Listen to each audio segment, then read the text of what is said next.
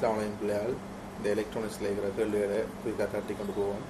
2015 ஆண்டு பேப்பர் பற்றிக்க நான் இப்போ பிள்ளையால் 2015 இந்த 15வது எம்சிக்கு பாருங்க. இதில் ஒரு சீராக்கி தந்திருக்காங்க. இதில் ஒவ்வொரு இருவாயும் 1 வோல்ட் அதுக்கு குறுக்கான அழுத்த வீழ்ச்சியை உருவாக்க போகுது. ஆகவே இதை கோடலை உரை செய்கிறதுக்கு 1 வோல்ட் தேவை.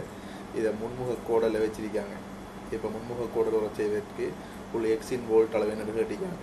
ஆகவே நமக்கு தெரியும் இந்த இருவாயில் இதில் 1 வோல்ட் வீழ்ச்சி அடையும், இதில் 1 வோல்ட் வீழ்ச்சி அடையும். அப்போ நம்ம சிம்பிளாக பார்த்த முடிச்சுனா பிள்ளையால் இப்போ இதை இன்னைக்கு அடையாளம் கண்டு கொள்றதுக்கு எனக்கு ஈஸியாக நான் இங்கே என்ன செய்யணும்னு சொன்னால் ஒரு வேலை செய்யணும். அது என்னென்னு சொன்னால் ஒரு புள்ளியை புய்த்தொடுப்பு செய்யணும். ஆகவே ஒரு புள்ளியை நான் எந்த இலகுக்காக அழுத்த வேறுபாட்டை பார்க்கறதுக்காக ஒரு புள்ளியை நான் புய்த்தொடுப்பு செஞ்சு விட்டேன் என்று சொன்னால் பிள்ளையால் எனக்கு ஈஸியாக என்ன செய்யலாம்னு சொன்னால் இதில் பூச்சி அழுத்தம் என்று சொன்னால் இது 5 வோல்ட் பெற்று என்று சொன்னால் 5லேருந்து 1 போனால் இவ்விடத்தில் 4 வோல்ட் வந்து இருக்கும். ஆகவே இந்த புள்ளியில் 4 வோல்ட் இருக்கும். சரியா பிள்ளையால் 4 வோல்ட் இருக்கும். இப்போ வெற்றி அழுத்த வேறுபாட்டை பார்த்த முடியுதுன்னா எக்ஸாமன் இது 4 வோல்ட் அப்படியே இங்கே இருக்கும். இந்த பூச்சியம் அப்படி இங்கே இருக்கும். அப்போ நாங்கள் சிம்பிளாக செல்லலாம். எக்ஸில் அழுத்த வேறுபாடு வந்து 4 வோல்ட்ஸ்ன்னு செல்லலாம். இதை நீங்கள் சிம்பிளாக இதை வச்சும் பார்க்கலாம் பிள்ளைகள். இப்போ 3 வோல்ட்டால் பாதிக்கப்படாது. ஆன்சர் எடுக்கிறதுக்காக சொல்கிறேன். ஆன்சர் நம்ம ஆல்ரெடி 4 வோல்ட் எடுத்துட்டோம். இதை வச்சு பார்த்தோம்னா 4 வோல்ட் இருக்கும். 4 வோல்ட்டில் 1 வீழ்ச்சி அடைஞ்சுன்னா இவ்வளோ 3 வோல்ட் இருக்க போகுது. ஆகவே இது 3 வோல்ட் தானே காட்டுது. ஆகவே நம்ம எடுத்தது சரி, அது எந்த பிரச்சனையும் இல்லை. ஆகவே இந்த கேள்விக்கு நம்ம ஈஸியாக 4 வோல்ட் ஆன்சரை தட்டி கொண்டு போகலாம். சரியா பிள்ளையார்? 4வது விடையில் இருக்கிற 4 வோல்ட்ஸ். அடுத்த கேள்வி போகும் பிள்ளையார். 36வது கேள்வியை பாருங்கள் பிள்ளையால். காணப்படும் சுற்றில் டிரான்சிஸ்டரின் ஓட்ட நயம் 100 ஆகும். வெவ்வேறு ஐபி பெருமானங்களை அடுக்கி பிரயோகிக்கும் போது டிரான்சிஸ்டரின் செயற்பாட்டு வகையை பற்றி கேட்டிருக்காங்க. நமக்கு இங்கே தெரியும் பிள்ளையால் டிரான்சிஸ்டரில் 3 கேஸ் தான் இருக்கு. டிரான்சிஸ்டரில் 3 கேஸ் தான் இருக்கு. இதில் நான் ஐபி ஐசிக்கு கிராஃப்க்கு நினைச்சேன் பிள்ளையால் ஆக கீழே வாரது ஐபி பூஜ்ஜியமாக கூட நமக்கு தெரியும் ஐபி சமன் பூஜ்ஜியம் சொன்னால் ஐசி பூஜ்ஜியமாக இருக்கும். இந்த இடத்த சொல்ல நாம் துண்டிப்புன்னு சொல்லுவோம். துண்டிப்புன்னு சொல்லி சரியா பிள்ளையால்? உயிர்ப்பு நிலைமையில் ஐசி சமன் பீட்டா ஐபி அண்டு இருக்கும். ஆகவே இங்கே தான் விரியலாக்கம் நடக்கும். ஐபியை பீட்டாவில் பெருக்கின ஐசி வரும். இங்கே தான் விரியலாக்கம் நடக்கும். நிரம்பல் நிலையில் பிள்ளையால் ஐசி வந்து மேக்சிமம் ஆகிக்கும். ஆகவே ஐசி வந்து மேக்சிமம் ஆகிருக்கும்.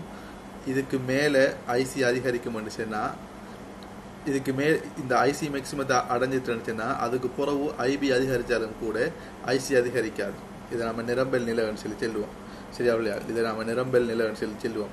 பின்னிக்கிற துண்டிப்பு நிலை, இது உயிர்ப்பு நிலை, இது நிரம்பல் நிலை.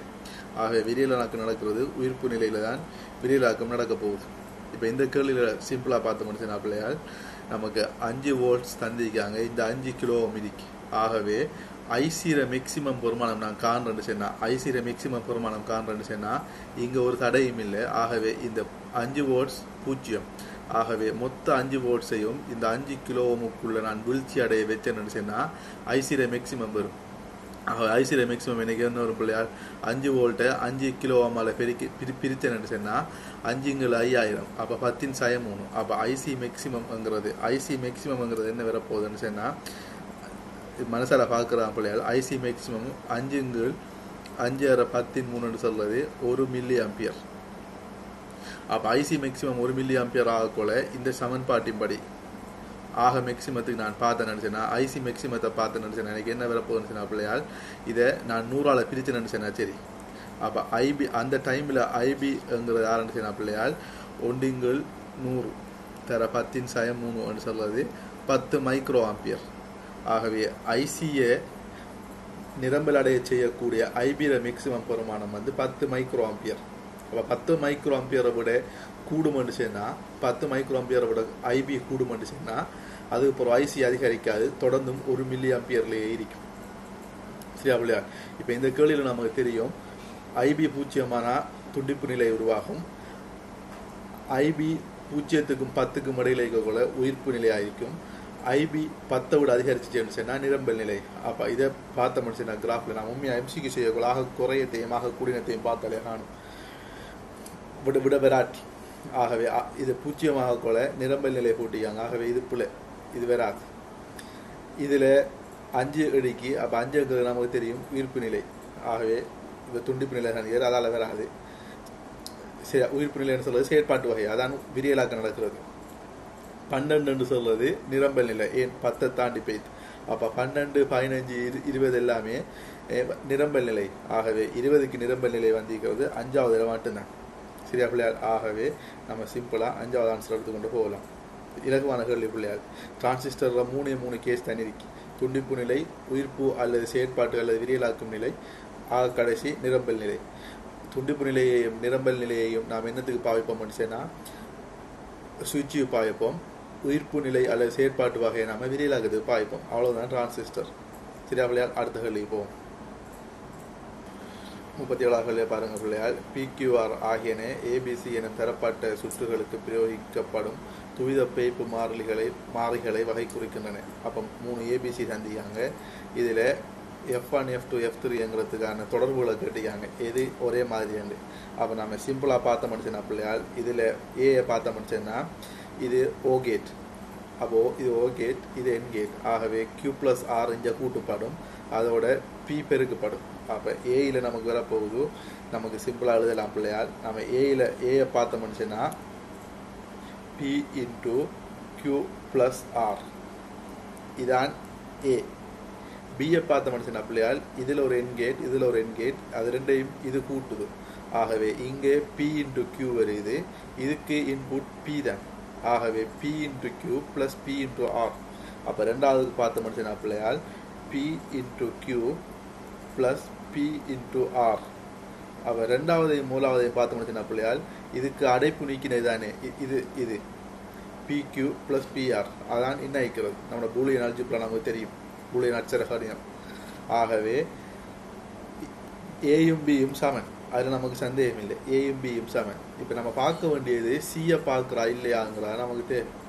ஆகவே சியை பார்க்குறேன்னு சொன்னா பிள்ளையா சியில் நமக்கு என்ன தேவைன்னு சொன்னால் சியில் இது நோர் கேட். அப்போ கியூவையும் ஆரையும் கூட்டி அதுக்கு ஒரு ஓ கேட் போட்டு அதுக்கு இங்கே நண்ட் கேட் பண்ணிக்காங்க, அதை திருப்பி என் கேட் பண்ணுறாங்க. ஆகவே நான் அப்படி இந்த வழியில் போனேன்னு சொன்னா பிள்ளையா அது ஸ்டார்ட்டில் எனக்கு என்ன வர போனது கவனிச்சு உங்களுக்கு கடும் ஈஸியாக இருக்கும். கடுப்பெரிசு போல போட்டிக்காங்க, கடும் ஈஸி. ஆகவே நான் ஃபஸ்ட்டுக்கு என்ன இருந்துச்சுன்னா அப்படியா Q+R அதுக்கு பார் பண்ணுறோம். ஏன் அந்த நோ கேட்டுக்காக வேண்டி அதோட ஒன்றை பெருக்கி திருப்பி அதுக்கு பார் பண்ணுறோம், அதோட பியை பெருக்கிறோம். சரியா பிள்ளையா உங்களுக்கு தெரியும் அந்த டிமோகன் தியரம்னு சொல்லி நான் நீங்கள் அதை பேர் சொல்லி படித்தாலும் படிக்காட்டியும் நமக்கு என்ன என்ன தெரியுமா பிள்ளையால் A + B இதுக்கு பார் எடுத்த நினச்சேன்னா இதை தனித்தனியே A பார் × B பார் எழுதலாம். தனியாக உடைக்கக்குள்ள ப்ளஸ் டொட் ஆகும், டொட் ப்ளஸ் ஆகும். அதே போல் A × B பாரை பார்த்து நினச்சேன்னா A பார் + B பார் ஆகும். பிள்ளையார் இதில் என்ன வித்தியாசம் பண்ணிச்சேன்னா இந்த பாரை தனித்தனியாக கொடுக்கக்குள்ள ப்ளஸ் டொட் ஆகும், டொட் ப்ளஸ் ஆகும். இதை நீங்கள் விளங்கி வச்சிருந்தா சரி. இப்போ இதுக்கு நான் இப்போ என்ன செய்ய போகிறேன்னு நினச்சேன்னா பிள்ளையால் இந்த பாரை இந்த கோவைக்கும் இந்த ஒன்றுக்கும் கொடுக்க போகிறேன், தனித்தனியாக உடச்சி கொடுக்க போகிறேன். ஆகவே இந்த பாரை இந்த பெரிய பாரை Q+R பாருக்கு போட்டோம்னா பார் ஒன்று -1 2 தரம் பெருக்கிற மாதிரி. அவள் பார் இல்லாமல் போய்த்துரும். ஆகவே Q+R மட்டும் தான் வரப்போகுது. ஆகவே இவ்விடத்தை Q+R இந்த டொட் வந்து பிள்ளையால் இந்த டொட் வந்து இப்போ ப்ளஸ் ஆகும். அப்போ டொட் வந்து ப்ளஸ் ஆகும். இந்த ஒன்றுக்கு பார் எடுத்துச்சுன்னா ஒன்றின் பார் வந்து 0. ஒன்றின் பார் வந்து இன்னைக்கு 0 போறார். ஒன்றின் பார் தெரப்பி. சரியா பிள்ளையார்? இப்போ பாருங்க இது 0 நமக்கு 0 தேவையில்லை. அப்போ இதில் மீனிங் வந்து P × Q+R இல்லையா? அப்போ P × Q+R. ஆகவே ABC 3 ஒரே வகை, ஒரே பைப்பை தான் தெரியுது. ஆகவே நான் 4வது ஆன்சரை சிம்பிளாக எடுக்க போகிறோம். நமக்கு 4 ABC 3 சுற்றுகளும் ஒரே பைப்பை தெரியுது. ஆகவே 4வது ஆன்சர் நான் அப்படியே எடுப்போம். இது சிம்பிள் பிள்ளைகள் விளங்கி எடுங்க. எஸ்ஏக்களை போவோம் பிள்ளையார். 2015 எஸ்ஏ பாருங்கள் பிள்ளையால். அந்த சிலிக்கன் இருவாய்க்கு IV சிறப்பியல்பை வரைஞ்சி அதை முன்முக கோடல் வோல்ட் அளவு 7.7 வோல்ட்டை கேட்டிக்காங்க. நம்ம தெரியும் சிறப்பியல்புன்னு சொல்கிறது கிராஃப். ஆகவே நான் IV சிறப்பியல்பு கிராஃபை கீறேன் பிள்ளையால். இதில் நம்ம இலட்சியத்துக்கும் கீறலாம், அவை எதன் செல்லலை நடைமுறையில் இருக்கிறதுக்கும் கீறலாம். ஆகவே நம்ம வளமையாக பாவிக்கிற ஒரு இருவாய்க்கு நான் கீறேன். அப்போ நமக்கு வளமையாக பாவிக்கிறது இப்படியே வந்து ஒரு 0.7 வச்சு இப்படி கிளம்பும். ஒரு ஷேப்பில் உங்களுக்கு தெரியும் இப்படி கிளம்பும். ஆகவே நமக்கு இடத்துல 0.7 இருக்க போகுது. இல்லாட்டி கொஞ்சம் அந்த கிளம்புற இடத்துல நம்ம மார்க் பண்ணி 0.7 வோல்ட்டை குறிச்சா சரி. ஆகவே இது V ஆக இருக்க போகுது, இது I ஆக இருக்க போகுது. IV சிறப்பியல்புன்னு சொல்வது இதைத்தான். சரியா பிள்ளையார்? ஆகவே இது சும்மா நம்ம நடைமுறையில் இருக்கிறது. அடுத்த கேள்வியை போகும் பிள்ளையார். பி பாட்டை பாருங்கள் பிள்ளையால். மேலே ஏயில் நீர் வரைந்த சிறப்பியல்புக்கு பதிலாக சிலிக்க நிர்வாகிகள் உள்ள சுற்றுக்களை பகுப்பாய்வு செய்வதிலும் வடிவமைப்பதிலும் ஒரு ஒன்றில் தரப்பட்டுள்ள கருதுகோள் இருவாயு சிறப்பியல்பு அடிக்கடி பயன்படுத்தப்படுகிறது. ஒரு ஒன்றிற்கேற்ப 0.7 வோல்ட் ஆக வரும் வரைக்கும் இருவாயினூடாக உள்ள ஓட்டம் 0 இருக்கும். அதேவேளை அவ்வோல்ட் அளவில் ஓட்டம் ஐஎச்சுக்கு சமாந்தரமாக துல்லியமாக அதிகரிக்கிறது. ஒரு ஒன்றில் தரப்பட்டுள்ள IV சிறப்பியல்பை பயன்படுத்தி ஒரு 2இல் காட்டப்பட்டுள்ள சுற்றில ஓட்டத்தை காட்டாம். ஆகவே 0.7க்கு பிறகு இருவாய்க்கூடான அழுத்த வேறுபாடு மாறாது. ஆனால் எவ்வளோ பெரிய ஓட்டத்தை மாதிரி செல்ல விடும். சரியா பிள்ளைகள்? ஆகவே இந்த சுற்றில் நாம் V = IR பாவிச்சோம்னு சொன்னால் 5 IR + 0.7 சொல்லி வரும். ஆகவே நான் என்ன செய்ய போகிறேன், நான் குயிக்காக இதை எழுதுகிறேன் நான். ஆகவே V = IR பாவிச்சேன்னு சொன்னால் 5 இருவாய்க்கூடான ஓட்டம் 0.7, இருவாய்க்கூடான அழுத்த வேறுபாடு 0.7 + I நான் காண வேண்டியது R வந்து 10/3. சரியா பிள்ளைகள்? அப்போ R வந்து 10/3. ஆகவே இங்கே நான் 5/0.7 4.3. ஆகவே I = 4.3 மில்லி ஆம்பியர்னு சொல்லி வரும். 10/3 பிரிக்கணும் வேணா.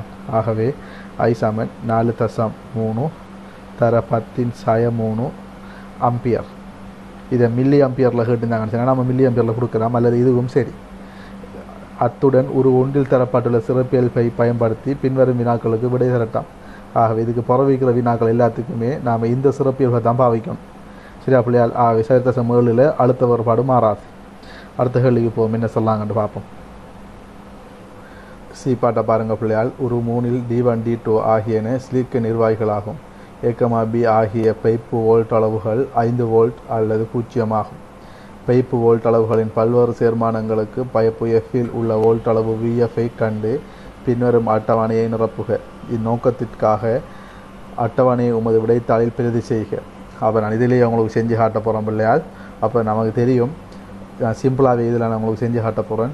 இப்போ முதலாவது என்ன சொல்லாங்கன்னு சொன்னால், இந்த படத்தை வச்சு இந்த படத்துக்கு அவங்க என்ன சொல்லாங்கன்னு சொன்னால், ஏபி இப்படி மாறக்கொலை VF காட்டாம். இது புய்த்தொடுப்பு தானே. ஆகவே அவுட்புட்ற வோல்ட் அளவுங்கிறது VF வோல்ட்டுக்கு சமனாக இருக்க போகுது. இங்கே 5 வோல்ட் கொடுத்தியாங்க பிள்ளையால். நமக்கு தெரியும் இருவாயில் நாம் ஏற்கனவே பார்த்தோம் 0.7 வோல்ட் தான் கோடல் உற்றிருக்கிற நிலைமையில். இப்போ இங்கே ஏயில் அழுத்த வேறுபாடு 0 இருந்தால் இங்கே +5 வோல்ட் அளவு அப்படியே வந்து இங்கே மின்முக கோடலில் கரண்ட் இதால் ஓடும். ஆகவே இங்கே 0.7 வோல்ட்டு இதில் வீழ்ச்சி அடைவார். அதே போல் கீழுக்கு இருக்கிற டயட்லையும். அப்போ நமக்கு இது சிம்பிளாகவே தெரியும் பிள்ளையால். இது ஒரு என்கேட் போல். ஏதாவது ஒன்றுக்குள்ளால் கரண்டு போகக்கூடியதாக இருந்தாலும் எஃப்க்குள்ளால் கரண்டு வராது. அதாவது எஃப்க்குள்ளால் அழுத்தம் வீழ்ச்சி அடையாது. எஃப்க்கு வர வாய்ப்பு இல்லை. ஆகவே கரண்ட் இங்கே ஓடிடுமென்று சொன்னால் கரண்ட் வந்து D1க்குள்ளாலேயோ D2க்குள்ளாலேயோ போகிறதுக்கு ஏதாவது சந்தர்ப்பம் வருமென்று சொன்னால் 0.7 கழிச்சிக்கு மிச்ச வோல்ட் அளவு முழுக்க R1க்கு குறுக்கே வீழ்ச்சி அடைஞ்சிடும். நான் சொல்ல விஷயத்தை பாருங்கள் பிள்ளையார். +5 வோல்ட் இருக்கி D1க்குள்ளாலேயோ அல்லது D2க்குள்ளாலேயோ போகிறதுக்கு வாய்ப்பு கிடைச்சால் மொத்த ஓட்டமும் D1க்குள்ளாலே அல்லது D2க்குள்ளாலே அல்லது 2க்குள்ளாலையும் போகும்னு சொன்னால் இந்த R1க்குள்ளாலே மொத்த ஓட்டமும் போயிச்சுன்னு சொன்னால் இந்த 2 டயட்டில் வீழ்ச்சி அடைகிற 0.7 வோல்ட்டை தவிர, அப்போ 0.5லேருந்து 0.7 போனால் 4.3 வோல்ட் அளவு முழுக்க R1ல் வீழ்ச்சி அடையும். அப்போ R1ல் வீழ்ச்சி அடைஞ்சிருமென்னு சொன்னால் கரண்ட் D1க்குள்ளாலே அல்லது D2க்குள்ளாலே அல்லது 2க்குள்ளாலையும் போகிற சந்தர்ப்பத்தில் இங்கே என்ன நடக்கும்னு சொன்னால் பிள்ளையால், இங்கே இடத்துல 5/4.7 போக 5/4.3 போக 0.7 வோல்டேஜ் இங்கே கிடைக்கும். அதானே டயட்ரு முன்முக கோடல் அழுத்தம். ஆகவே இங்கே 0.7 வோல்டேஜ் இந்த புள்ளியில் நான் காட்டுற புள்ளியில் 0.7 வோல்ட் இருக்கும். அது கூட இங்கே வீழ்ச்சி அடைஞ்சிச்சுன்னு சொன்னால் இங்கே பெய்த்திடும். ஆகவே 5 வோல்ட் அளவும் R1க்கு குறுக்கே ப்ளஸ் D1க்கு குறுக்கே வீழ்ச்சி அடைஞ்சிடும். செண்டுக்குள்ளாலையும் D1ம் D2க்குள்ளாலையும் இப்போ ஏயில் 5 வோல்ட் பியில் 5 வோல்ட் செண்டுலேயும் 5 வோல்ட் பிரயோகித்தேன் என்று சொன்ன பிள்ளையால் இங்கே D1 வந்து D1க்குள்ளால ஓட்டம் போகாது. ஏன் ஓட்டம் போகாதுன்னு சொன்னால் இவரில் வேறு என்னை விட பியில் முன்னுக்கு அழுத்தம் கூட இருக்கணும். ஆகவே இங்கே அழுத்தம் கூட இருந்தால் மட்டும்தான் அழுத்தம் இந்த ஏயை விட இங்கே 0.7 விட கூட இருந்தால் மட்டும்தான் D1க்குள்ளால போகும். ஆகவே ஏயில் 5 வோல்ட் அழுத்த வேறுபாடு இருந்தால் இவர் முன்முக கூடல் அடையலை. அதனால் இவ்விடத்தில் 5 வோல்ட் வீழ்ச்சி அடையும் வளைந்த பிள்ளையால். ஆகவே ஏயும் பியும் 5 வோல்ட்டாக இருந்தால் மட்டும்தான் இங்கே ஓட்டம் ஓடாது. எஃப்பில் 5 வோல்ட் வரும். அதுபோக ஏனைய சந்தர்ப்பங்கள் எல்லாத்திலையும் இங்கே ஓட்டம் D1க்குள்ளால அல்லது D2க்குள்ளால அல்லது 2க்குள்ளாலையும் போகும். அந்த சந்தர்ப்பத்தில் இங்கே அழுத்தம் வந்து 4.3 வோல்ட்டாக இருக்கும். சரியா பிள்ளையார்? ஆகவே நான் இதில் காட்டினேன் என்று சொன்னால் மூலாவது கண்டிஷன் வந்து ஏயும் 0 பியும் 0ன்னு சொன்னால் 2க்குள்ளாலையும் ஓட்டம் போகும். ஆகவே இங்கே எஃப்பில் அழுத்தம் வந்து 0.7 இருக்கும். மிச்ச 4.3 R1க்கு குறுக்கே வீழ்ச்சி அடைஞ்சிடும். ஆகவே நான் பிரதி பண்ணலை, நான் இதிலேயே எழுதுகிறேன். சரியா பிள்ளையால்? ஆகவே இங்கே 0.7 வோல்ட் இருக்க போகுது. சிவப்பால் காட்டுறேன். சரியா பிள்ளையால்? 0.7 வோல்ட் அளவு இங்கே இருக்க போகுது. 0.7 ரெண்டாவது பார்த்தோம்னு சொன்னால் 5ம் 0. ஆகவே ஏயில் 5 பியில் 0ண்டா ஏக்குள்ளால் போகாது. ஆனால் பியில் 0ங்கிறதால வார கரண்டு பிக்குள்ளால் போயிடுச்சுன்னு சொன்னால் இங்கே அதே போல் 0.7 வோல்ட் அளவு இருக்கும். ஆகவே பியில் 0.7. அடுத்த கேஸை பார்த்தோம்னா ஏயில் 0 பியில் 5. ஆகவே பிக்குள்ளால் போகாது, ஏக்குள்ளால் போகும் ஓட்டம். இங்கே 0.7 அதே போல். சியை பார்த்துலன்னு சொன்னால் பிள்ளையால் சியில் என்ன நடக்க போகுன்னு சொன்னால் ஏயிலையும் 5 பியிலையும் கடைசியில் ஏயிலையும் 5 பியிலையும் 5ங்கிறதால 2க்குள்ளாலையும் ஓட்டம் போகாது. ஆகவே இதனூடான ஓட்டம் 0ங்கிறதால இங்கே ஓட்டம் 0ங்கிறதால எஃப்பில் மொத்த ஓட்டம் இல்லைங்கிறதால 5 வோல்ட் அப்படியே வந்து இவ்விடத்தில் இருக்கும். ஆகவே இவ்விடத்தில் அழுத்த வேறுபாடு 5 வோல்ட். ஆகவே இதில் மட்டும்தான் 5 வோல்ட். மற்ற எல்லாத்திலையும் 0.7 பிள்ளைகள் இதில் 0.7 போடாமல் 0 போட்டுருவாங்கங்கிறதுக்காகத்தான் ஏற்கனவே இருக்கிற கிராஃபில் சிறப்பியல் ஒன்றாவிய பாவிக்க சென்ன காரணம் இதான்.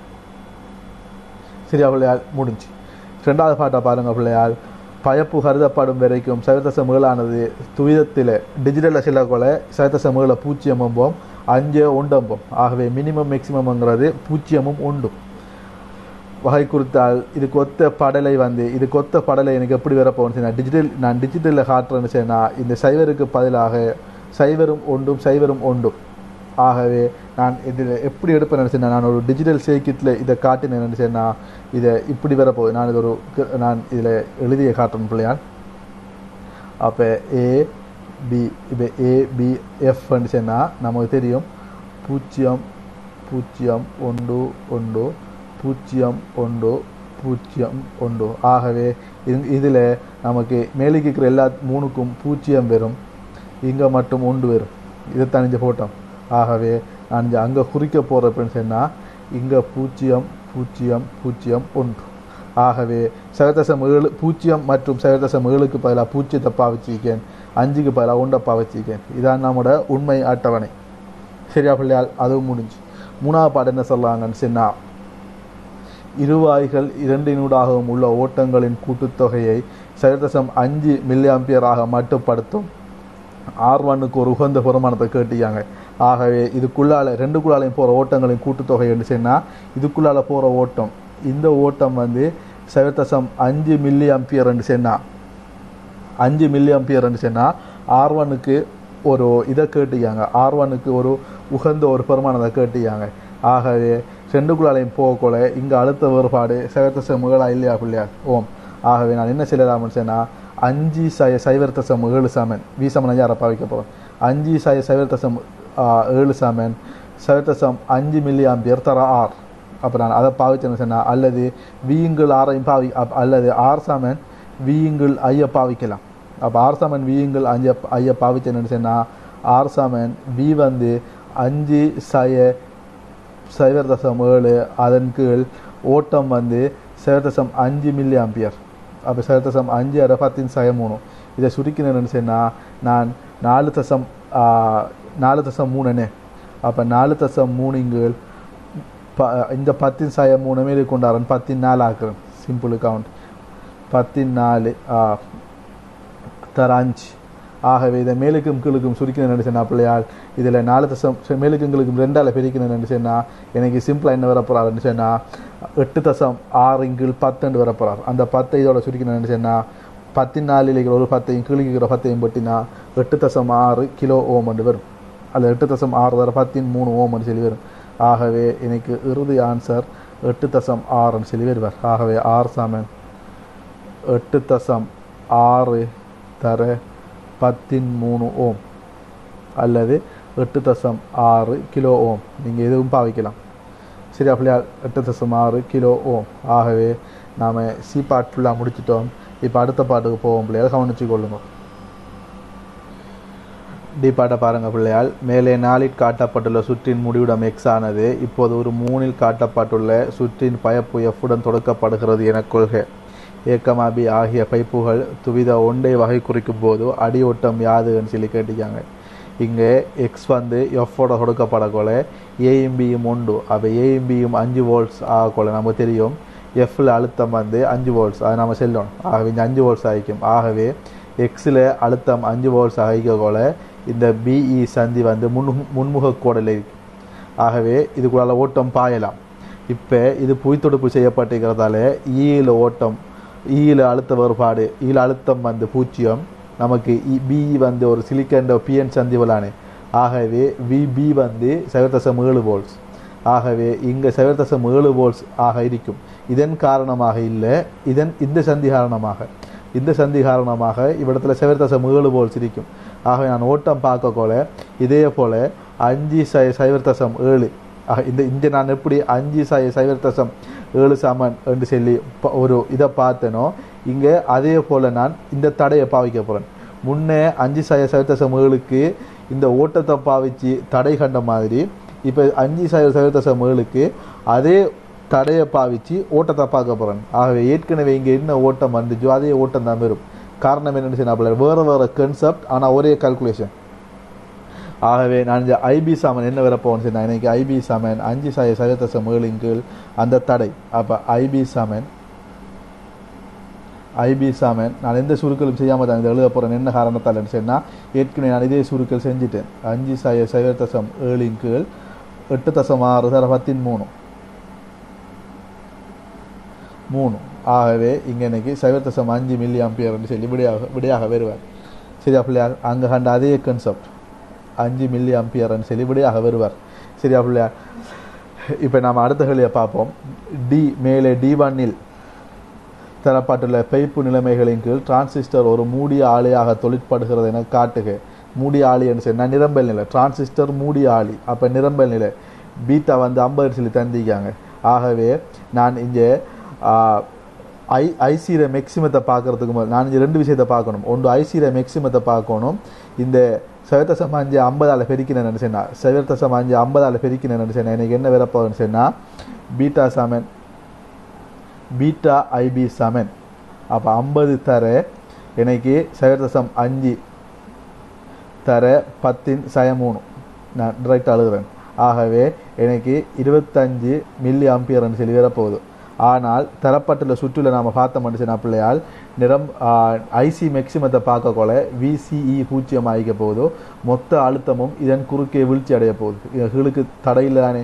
ஆகவே மொத்த அழுத்தமும் இதன் குறுக்கே வீழ்ச்சி அடையுங்கிறதால 5 வோல்ட்ஸை 1 கிலோ ஓமால் பிரித்து நினச்சேன்னா எனக்கு ஐசி மேக்சிமம் 1 மில்லி ஆம்பியர் வரப்போகுது. ஆகவே ஐசி மேக்சிமம் சமன்